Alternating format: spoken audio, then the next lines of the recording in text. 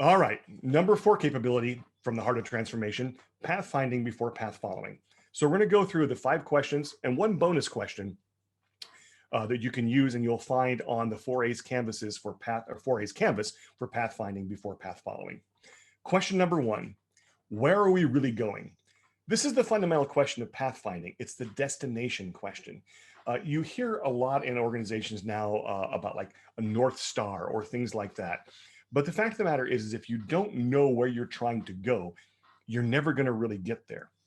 And we have spent ages in organizations being more clear on what are the steps we want you to take, assuming that we get to where we wanted to go, without understanding that we can't know every single step and we can't know every single thing that's going to change in our context and things that are going to impact us. And so we have to start with what's the destination and begin to create those steps. That's pathfinding before path following. So asking the group and asking yourself, where are we really going, and making sure that we have a shared destination. And that may be based on a set of values and principles, maybe based on a set of outcomes, whatever it is, it's got to be clear. The next question from pathfinding before path following is, what is most important? This is the values question. This is the question that orients you and allows people of different stripes all over the world working in one organization to work in concert because they're working with the same values. I'm not talking about just simply values that's on a screensaver that nobody knows what they are. I'm talking about values that the organization really operates by, that are real tacit assumptions. You need to uncover those. Quite frankly, you need to ask this question now, because some of the things that you value may not be the most healthy. If we say, what is most important? And the answer is pleasing that person, that may not be the most healthy dynamic. It may be what you need to do, which means you've got an unhealthy organization, but you need to know that. You need to know what's most important so you can address, is this the right place for me? And are we going to get done what we need to get done if we hold that to be of the highest value? The third question, is this who we are? You might be thinking, oh, hold on, how is this really different from what's most important? And it's a good way to think. Is this who we are is the accountability question. So it's not what we're doing or what's most important. It's who are we and how do we hold ourselves accountable to who we want to be? So knowing our values, knowing where we're going, how do we make sure that we're getting there? How do we have that conversation, have the awkward conversations if we start going off course, or if someone starts going off course or stops supporting the direction we're going in?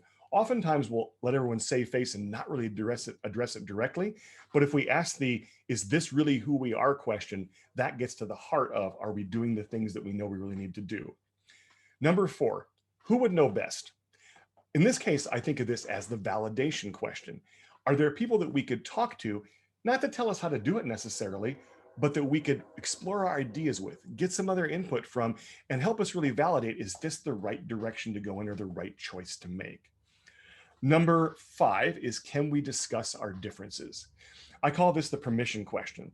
Again, this is a question that you have to have, a relatively healthy group, or maybe it works really well with a relatively unhealthy group because it gets right to the core of the issue. But can we discuss our differences? Can we talk about where it's not connecting or not working as well? And can that be okay? Because it's out there. So we have to address it and we have to work with it. I worked with a great guy who's a genius in all things agile, Daniel Mezek. And he talks about, if it isn't awkward, it isn't agile. And what I love about that, he's saying, look, when you're working in an agile way, you have to confront head on if someone doesn't do what they said they were going to do. So you understand, not to punish them, but understand why, what needs to change, how do we fix that? Are they in the right spot? Otherwise, we'll just assume everything's fine, or we'll pretend like it is, and our productivity will completely degrade no matter what we're doing. And the bonus question here is, what am I hiding from you? Now, this is a question to start with yourself, and this is a self-awareness question. It's the kind of question that you don't want to say, hey, what are you hiding from me, people? Because that's pretty aggressive. But you want to ask it of yourself.